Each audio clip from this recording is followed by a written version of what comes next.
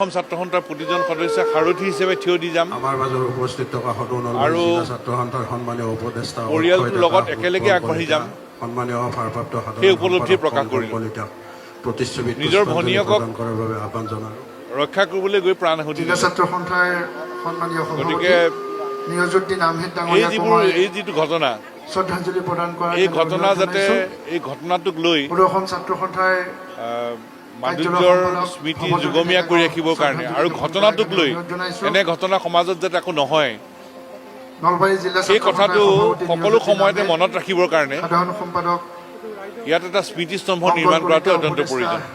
মাধুৰ্য বৰ্মনৰ মৃত্যু সদৌ অসম ছাত্ৰ সন্থাৰ পৰিয়ালটোৱে কেতিয়াও পাহৰিব নোৱাৰা এটা আঘাত।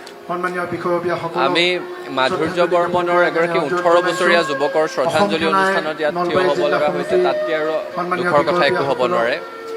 কিন্তু মাধুৰ্যলৈ সদৌ অসম ছাত্ৰ সন্থাৰ পৰা সংগ্ৰামী অভিবাদন জ্ঞাপন কৰিছোঁ। মাধুৰ্যই বীৰৰ দৰে মৃত্যুক আঁকোৱালি লৈছে। এগৰাকী অসমীয়া জীয়ৰী নিজৰ ভগ্নীৰ জীৱন আৰু সন্মান বচাবলৈ গৈ মৃত্যুক আঁকোৱালি লৈছে। গতিকে বীৰৰ দৰে মৃত্যুক আঁকোৱালি লোৱা মাধুৰ্য বৰ্মনলৈ সদৌ অসম ছাত্ৰ সন্থাৰ তৰফৰ পৰা সংগ্ৰামী অভিবাদন জ্ঞাপন কৰিছোঁ। মাধুৰ্যৰ দেউতাক আছুকৰ্মী আছিল, মাধুৰ্য ঘৰখনৰ দ্বিতীয় প্ৰজন্মৰ আছুকৰ্মী। গতিকে মাধুৰ্যৰ দেউতাকে তাক আছু কৰিবলৈ অনুপ্ৰাণিত কৰিছিল। সেই পৰিয়ালটোৰ যিটো ক্ষতি, সেই ক্ষতিটোতো আমি কেতিয়াও উপলব্ধি কৰিব নোৱাৰিম। কিন্তু এটা কথা নিশ্চিত যে মাধুৰ্যৰ পৰিয়ালটোৰ সৈতে সদৌ অসম ছাত্ৰ সন্থা সদায় অতন্দ্ৰ প্ৰহৰীৰ দৰে সাৰথীৰ দৰে থিয় হৈ থাকিব আৰু মাধুৰ্যৰ স্মৃতি ছাত্ৰ সন্থাৰ মজিয়াত যুগমীয়া কৰি ৰাখিবৰ কাৰণে ব্যৱস্থা গ্ৰহণ কৰিব। অশেষ প্ৰচেষ্টা কৰি তেখেতসকলে দিনক ৰাতি কৰি ৰাতিক দিন কৰি অনুষ্ঠানটোৰ জৰিয়তে অসমৰ সমূহ ৰাইজকে যিটো অৱগত কৰাইছে, মই তেখেতসকলক পোনপ্ৰথমতে মোৰ ফালৰ পৰা ধন্যবাদ জনাইছোঁ। আৰু এই ৰাজহুৱা শ্ৰদ্ধাঞ্জলি অনুষ্ঠানত সদৌ অসম ছাত্ৰ সন্থাৰ যিটো নেতৃত্ব, পশ্চিম নলবাৰী আঞ্চলিক ছাত্ৰ সন্থা, নলবাৰী জিলা ছাত্ৰ সন্থা, বিভিন্ন দল সংগঠন, সমূহ ৰাইজ, মই তেখেতসকলক মোৰ আন্তৰিক অভিনন্দন জনাইছোঁ।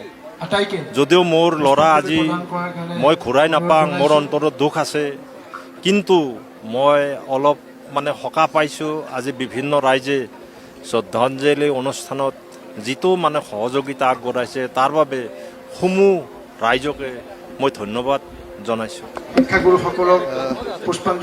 মাধুৰ্য বৰ্মন এগৰাকী উঠি অহা প্ৰজন্মৰ প্ৰতিভাধৰ যুৱক আছিল আৰু খুব কম বয়সত আমাৰ মাজৰ পৰা অকালতে হেৰাই যাব লগা হ'ল। আৰু এটা দুৰ্ভাগ্যজনক ঘটনা, লাভ জেহাদৰ দৰে এটা ঘটনাৰ বলি হৈ নিৰপৰাধী যুৱক মাধুৰ্য বৰ্মন আমাৰ মাজৰ পৰা হেৰাই গ'ল। তেখেতৰ বিয়োগত ছাত্ৰ সন্থা পৰিয়ালে এগৰাকী সতীৰ্থক হেৰুৱালোঁ, কিন্তু তেখেতৰ পৰিয়ালটোৱে একমাত্ৰ সন্তানটি হেৰুৱালে। আৰু এই ঘটনাই আমাক জাতীয় জীৱনক প্ৰভাৱিত কৰি গ'ল। আৰু এনেকুৱা ঘটনা যাতে আহিব লগা দিনত পুনৰ সংঘটিত নহয়, তেনেকুৱা এটা ব্যৱস্থাৰে সমাজখন আগবাঢ়ি যাব লাগিব। যিহেতু লাভ জেহাদৰ দৰে এই ঘটনাৰ পৰৱৰ্তী পৰ্যায়ত কি পৰিপ্ৰেক্ষিতত ঘটনা সংঘটিত হ'ল, মাধুৰ্য মৃত্যুৰ মুখত পৰিল, এই গোটেই ঘটনাবোৰ অসমৰ জনসাধাৰণে প্ৰত্যক্ষ কৰিলে। আৰক্ষীয়েও প্ৰশাসনেও যি ধৰণৰ ব্যৱস্থা গ্ৰহণ কৰাৰ প্ৰতিশ্ৰুতি দিছিল তেওঁলোকে পদক্ষেপ গ্ৰহণ কৰিলে। কিন্তু এই ঘটনাই শেষ ঘটনা হ'ব লাগিব। আমি সমাজত যিবিলাক বিষয়বস্তুক এৰাই চলিব লাগে, সেই বিষয়বস্তুবোৰৰ সৈতে নতুন প্ৰজন্ম সম্পৃক্ত হ'ব লাগিব।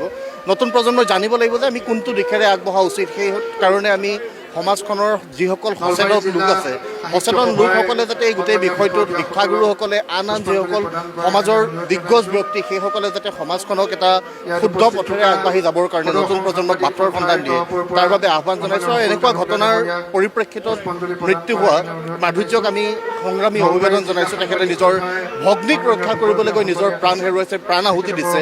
আৰু তেখেতৰ এটা স্মৃতিসৌধ নিৰ্মাণ কৰি যাতে যিগৰাকী যুৱকে নিজৰ ভগ্নীক ৰক্ষা কৰিবলৈ গৈ প্ৰাণ হেৰুৱালে, সেই তেখেতৰ স্মৃতি আমি যুগমীয়া কৰি ৰাখিব পাৰোঁ, তেনেকুৱা এটা পৰিকল্পনা ছাত্ৰ সন্থাই আগবঢ়াই লৈ যাম।